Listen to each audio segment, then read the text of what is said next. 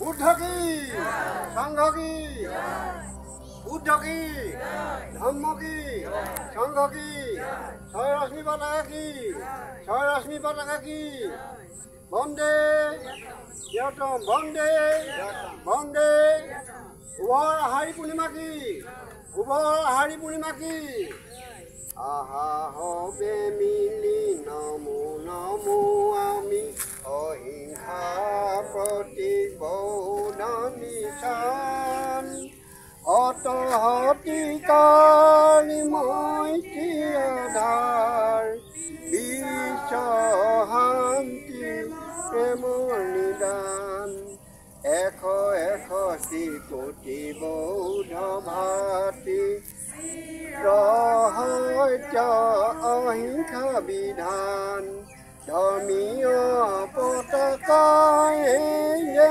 আমাৰ সদা শক্তি একতা নিশান উদাং সুহাদি বিজয় পতাকা অষ্ট মাৰ্গ পথ নিদৰ্শন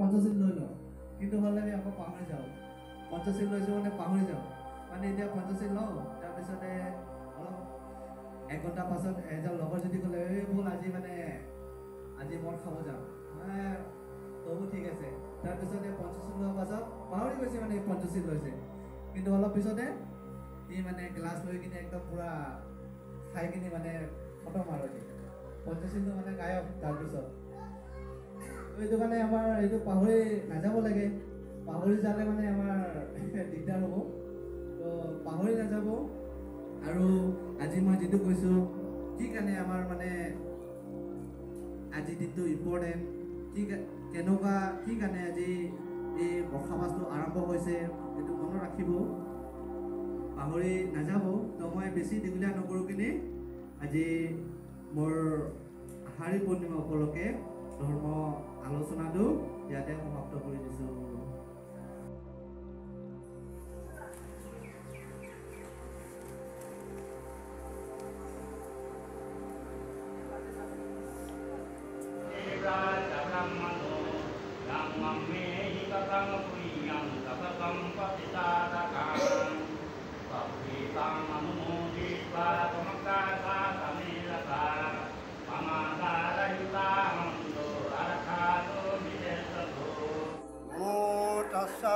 ভগৱতো অৰহতো সম্মা সম্বুদ্ধস্সা নমো তস্সা ভগৱতো অৰহতো সম্মা সম্বুদ্ধস্সা নমো তস্সা ভগৱতো অৰহতো সম্মা সম্বুদ্ধস্সা আজি সমগ্ৰ অসম অৰুণাচলৰ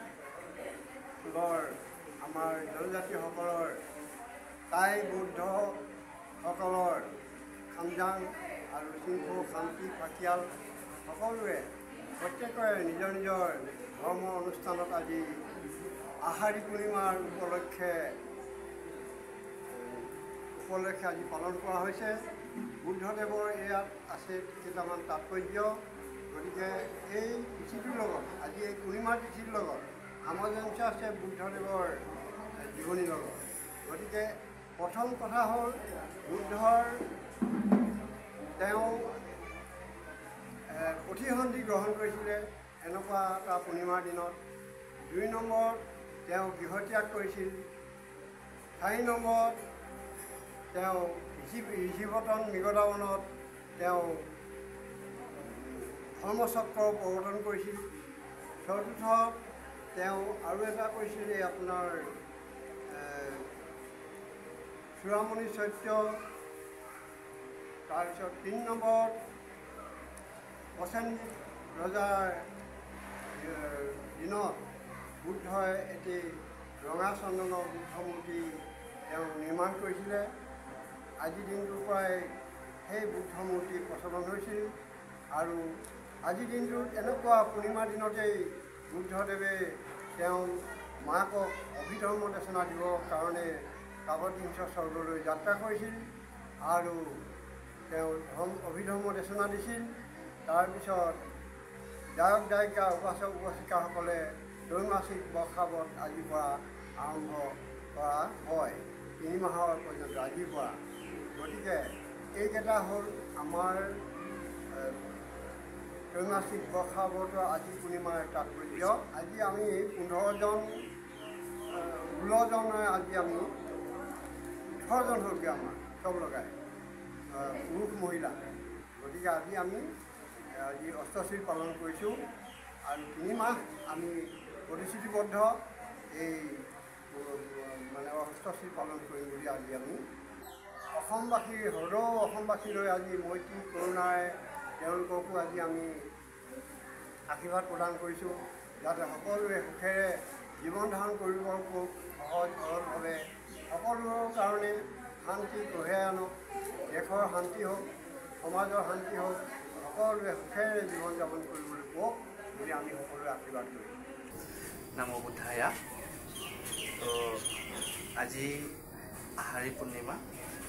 আজি দিনটো হ'ল তাৎপৰ্যটো হ'ল আজি আমাৰ ভগৱান বুদ্ধদেৱ আজিৰ দিনতে মাৰ পেটতে জন্মধাৰণ কৰিছিলে।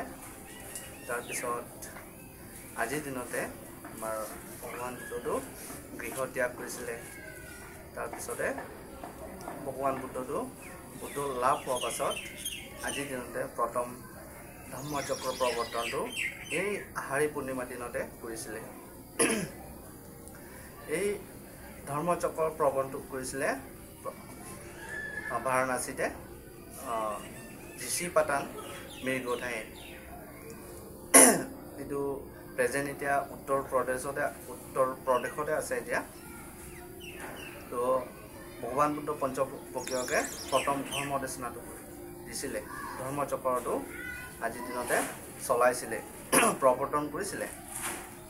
তাৰপিছতে আজি আৰু এটা বিশেষ মানে কি আজিৰ দিনতে আমাৰ বৰ্ষাবাসটো আৰম্ভ হয়। আজিৰ দিনতে আজিৰ পৰা 3 মাহলৈকে আমাৰ বৰ্ষাবাসটো চলি থাকিব। 3 মাহলৈকে আমি ক'ৰবাত যাব নোৱাৰিম। 3 মাহলৈকে আমাৰ বিহাতে থাকিব লাগিব। চবে ভালকৈ চিল পালন কৰিব লাগে। যিখিনি আমাৰ নিয়ম নীতি আছে নিয়মটো ভংগ কৰিব নালাগে, নিয়ম পালন কৰিব লাগে। নিজে মই যদি চিল পালন কৰিলে এতিয়া লোকৰ বি ক্ষতি নহয়, মোৰ কাৰণে বি ক্ষতি নহয়। মই যদি এতিয়া চিল পালন নকৰিলে মোৰ বি ক্ষতি হ'ব আৰু বেলেগৰ বি ক্ষতি হ'ব। এইটো কাৰণে মই এইটোৱে ক'ম আৰু আজি এই আহাৰী পূৰ্ণিমাৰ দিনতে চবে আজিৰ পৰা মানে চিল পালন কৰিলে চবৰ কাৰণে ভাল হ'ব। চলাপথাৰ শ্যামগাঁও বৌদ্ধ বিহাৰত ত্ৰৈমাসিক ব্ৰতৰ আজি শুভাৰম্ভ হৈছে। আজি আহাৰী পূৰ্ণিমা। এই আহাৰী পূৰ্ণিমাত গাঁৱৰ বয়োবৃদ্ধ সকলোৱে আজি তিথি পালন কৰিবলৈ আহিছে। যুৱক যুৱতী ডেকা গাভৰু সকলোৱে আজি পালন কৰিছে আৰু এই আৱাজটোলৈ সকলোলৈ মই সম্পাদকৰ তৰফৰ পৰা ধন্যবাদ জ্ঞাপন কৰিছোঁ। Amen.